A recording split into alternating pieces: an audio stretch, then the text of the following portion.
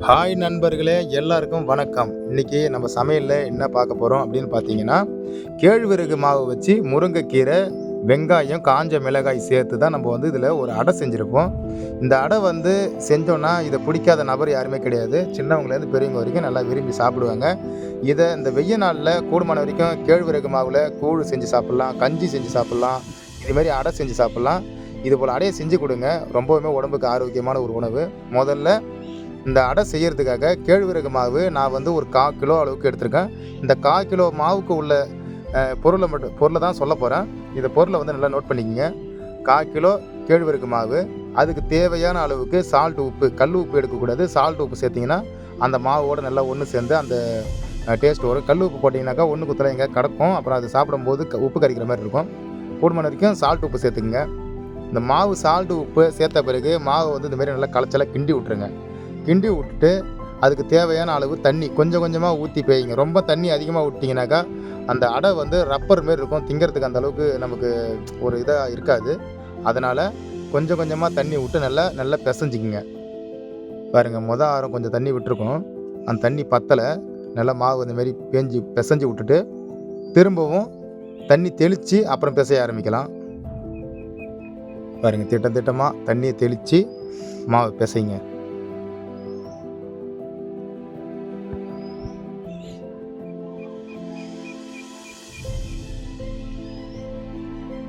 இது போல் மாவு வந்து நல்லா கொஞ்சம் புடிப்பாக தான் பிசையணும். மாவு கொஞ்சம் பிடிச்ச மாதிரி இருந்தால் தான் நல்லாயிருக்கும். திரும்பவும் தண்ணி பத்தலை, கொஞ்சம் லேசாக தெளிச்சிக்கலாம்.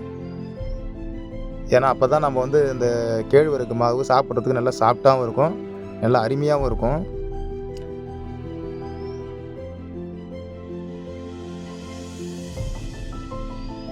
இதுதான் பதம். இதுக்கு மேலே தண்ணி சேர்க்க வேண்டாம். அந்த மாவு வந்து கொஞ்சமாக ஊறட்டும்.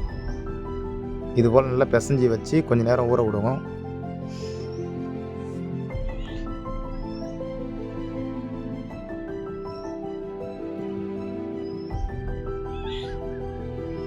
இது போல் கையால் நல்லா நல்லா முட்டமாக பேஞ்சு அப்படியே விடுங்க. அவ்வளோதான், ஓகே. இப்போ வந்து அதுக்கு தேவையான பொருள் ஒரே ஒரு 3 வெங்காயம் எடுத்துக்கங்க. 3 வெங்காயம் போதும். அந்த 3 வெங்காயத்தை எந்த வாட்டத்தில் கட் பண்ணுறோம் மட்டும் பாருங்கள். இது போல் கட் பண்ணி சின்ன சின்ன சைஸில் நல்லா குண்டு குண்டு சைஸில் கட் பண்ணிக்கங்க.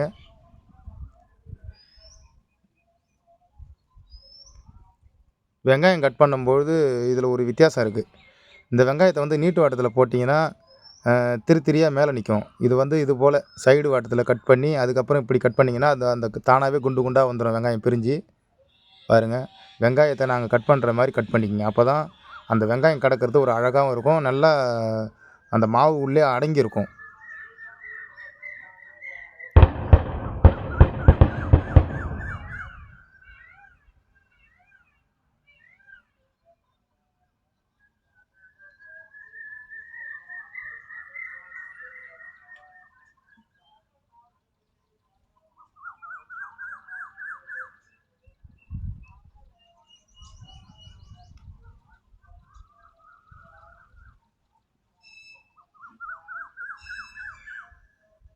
அவ்வளோதான், வெங்காயம் கட் பண்ணி வச்சு பாருங்கள். இந்த வெங்காயம் எப்படி குண்டு குண்டாக விட்டுருக்கோம் பாருங்கள். இது போல் கட் பண்ணி எடுத்துக்கங்க. வெங்காயம் அளவுலாம் நான் சொல்ல, உங்கள் வீட்டில் இருக்கிற வெங்காயம் 3 வெங்காயத்துக்கு மேலே எடுக்க வேண்டாம். அதுவே போதுமான அளவுக்கு இருக்கும். இந்த வெங்காயம் இது போல் குண்டு குண்டு சைஸில் வெட்டிக்குங்க. வெட்டி எடுத்த வெங்காயத்தை பாருங்கள், நல்லா கையால் நல்லா அப்படி களைச்ச மாரி விட்ருங்க. அப்போ தான் வெங்காயம் வந்து தனித்தனியாக வரும். இப்போ மாவு கூட வெங்காயத்தை சேர்த்துடலாம். பாருங்கள், எப்படி உதிரி உதிரியாக உழுது பாருங்கள். இப்போ ஒரே ஒரு காஞ்ச மிளகாய், அதிகமாக இல்லை, ஒரே ஒரு காஞ்ச மிளகாய்.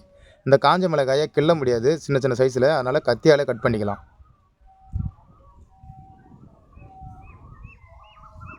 காஞ்ச மிளகாயும் சேர்த்துக்கலாம். அதுக்கப்புறம் ஒரு 4 கொத்து அளவுக்கு, அதாவது 4 அந்த காம்பு கொத்தாக இருக்குது இல்லைங்களா, முருங்கை இலை. அந்த முருங்கைக்கீரையை 4 கொத்து தான் நாங்கள் வந்து இதில் பறித்து வச்சுருக்கோம். இதுவே போதுமானது. அதிகமாக கீரை சேர்த்துட்டாலும் ஒரு மாதிரியாக திகட்டுற மாரி இருக்கும். கம்மியாக சேர்த்துக்குங்க கீரையை. இங்கே பாருங்கள், அந்த கீரையை டேரெக்டாக அப்படியே உருவி போடலாம்.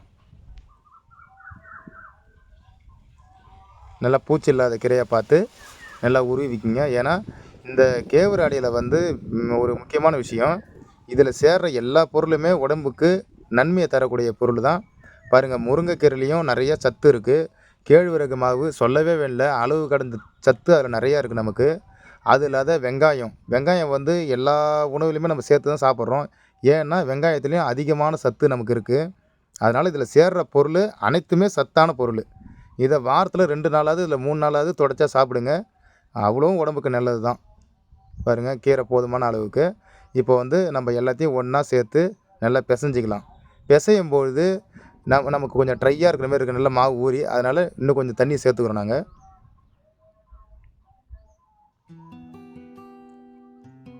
நல்லா தண்ணி சேர்த்து நல்லா மாவு வந்து வெண்ணெய் பெரட்டுற மாதிரி நல்லா நல்லா மசிச்சு விடுங்க.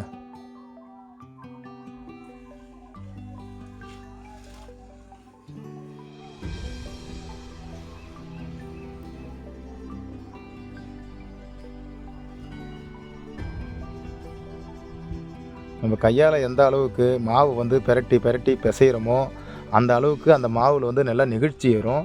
அது ஏறும்போது என்ன ஆகுதுன்னு கேட்டிங்கனாக்கா, அதிலேயே கால் வந்து வேக்காடு வெந்த மாதிரி ஒரு இதாகும்.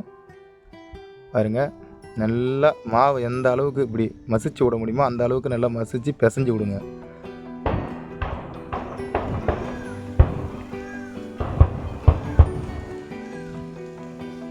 எவ்வளோ சூப்பராக இருக்குது பாருங்கள். இப்போ வந்து இந்த மாவை நம்ம எந்த அளவுக்கு தேவையோ அந்த அளவுக்கு உருண்டை சைஸ் பிடிச்சிக்கலாம். பாருங்கள், இது போல் மாவை எடுத்து நல்லா உருண்டை உருண்டை சைஸாக பிடிச்சி வச்சுக்கலாம். ஏன்னா தோசைக்கல் அடுப்பில் வச்ச பிறகு நம்ம பிடிக்கிறதுக்கு கொஞ்சம் சங்கடமாக இருக்கும். இப்போவே நம்ம தேவையான அளவுக்கு மாவை உருண்டை சைஸ் பிடிச்சிக்கிட்டோம்னாக்கா அப்போ தோசைக்கல்லில் வச்சு அதை அடை தட்டும் போது நமக்கு ஈஸியாக இருக்கும். அதுக்காக தான் பாருங்கள், இது போல் சைஸாக உருண்டை பிடிச்சிக்கிட்டா நமக்கு கொஞ்சம் ஈஸியாக இருக்கும்.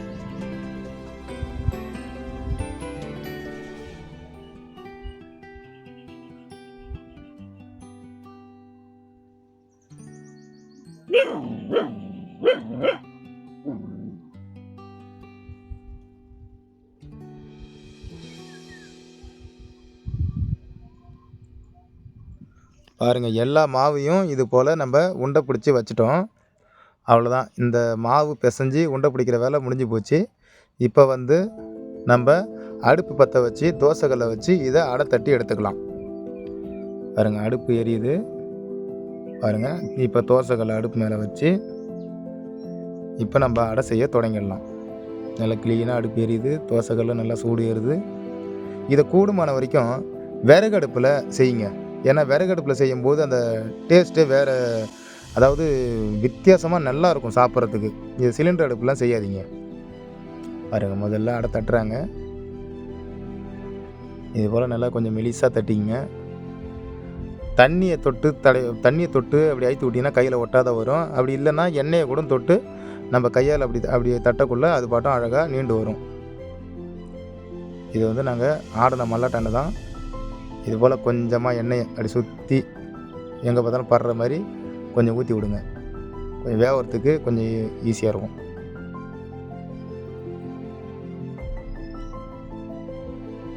பாருங்கள், ஒரு பக்கம் வெந்துருச்சு. நம்ம திருப்பி இன்னொரு பக்கத்துக்கு வேக விடலாம்.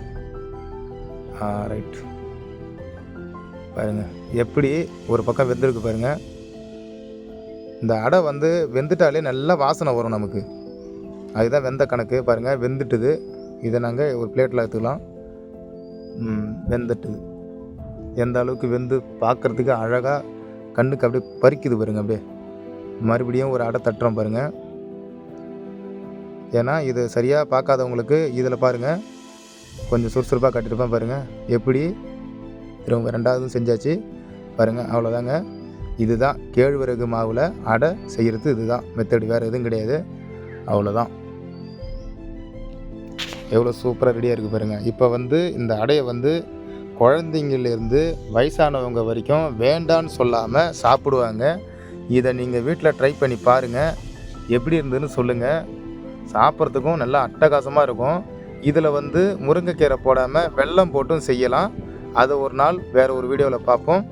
அதுக்கு முன்னாடி எங்களுடைய வீடியோ உங்களுக்கு பிடிச்சிருந்ததுன்னா ஒரு லைக் பண்ணுங்கள், ஒரு கமெண்ட் பண்ணுங்கள், ஒரு ஷேர் பண்ணுங்கள்.